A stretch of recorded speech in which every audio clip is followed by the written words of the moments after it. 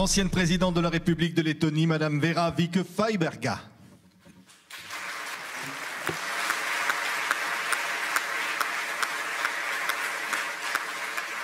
Monsieur le Président, chers amis, chère Madame Chirac, Monsieur le Directeur de ce beau musée du Quai Branly, Mesdames et Messieurs les ministres, cher Monsieur Pachauri, chers collègues du jury, Excellences, Mesdames et Messieurs, j'ai le grand honneur, de la part du jury de la Fondation Chirac, de présenter aujourd'hui le prix spécial du jury à une personnalité qui, à nos yeux, s'est distinguée dans une carrière tout à fait remarquable par l'ajout de son implication et de sa passion personnelle dans toutes les tâches qui lui ont été confiées tout au long d'un parcours qui se distingue tant par sa diversité que par sa difficulté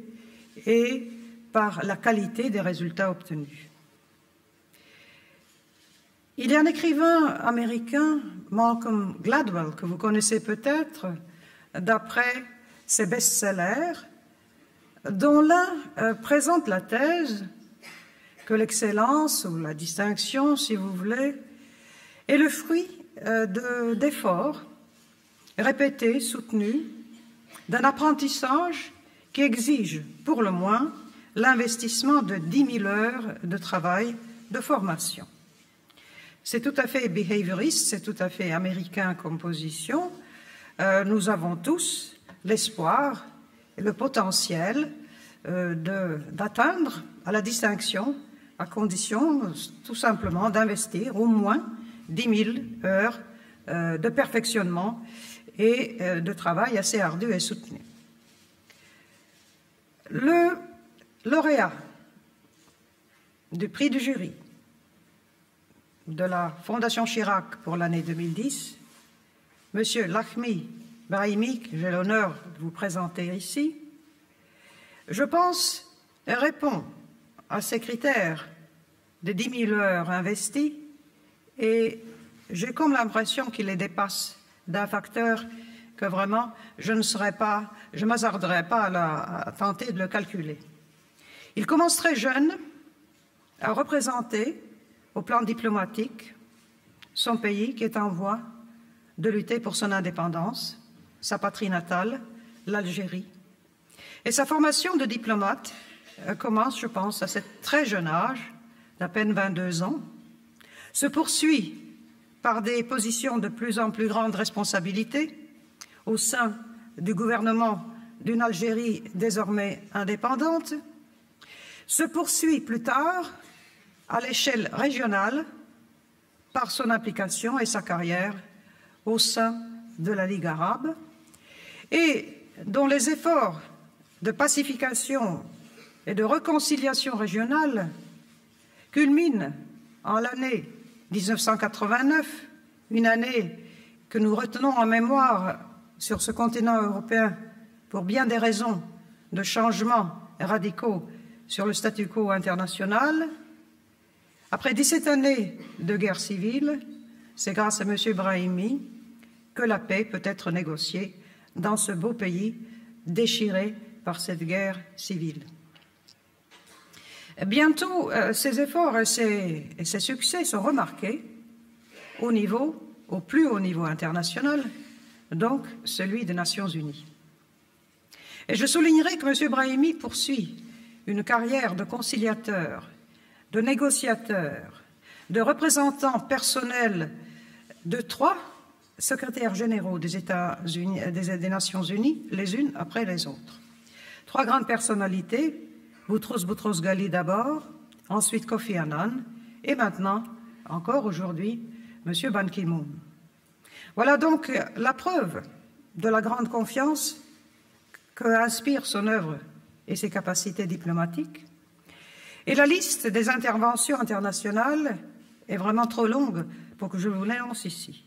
Je citerai parmi d'autres ses efforts dans une Afrique du Sud post-apartheid où au nom des Nations Unies, il surveille les élections qui vont porter Nelson Mandela à la présidence de ce pays.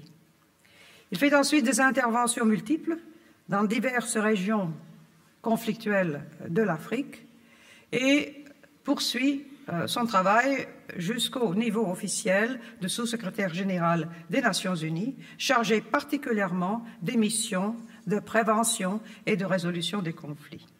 Et c'est là que nous voyons apparaître une autre facette de cette grande personnalité internationale, c'est que non seulement M. Brahimi s'implique sur le terrain dans d'innombrables projets de réconciliation, où il met en œuvre ses talents d'écoute respectueuse, de capacité de faire calmer les émotions souvent violentes des parties en cause, ses grands talents de diplomate en un mot et de persuasion de part et d'autre qu'il faut comprendre pour éviter les conflits, pour les éteindre, qu'il faut donner un peu d'un côté et de l'autre, qu'il faut faire quelques concessions, mais pour faire comprendre cela, cela prend un grand talent et une grande confiance en la personnalité du conciliateur.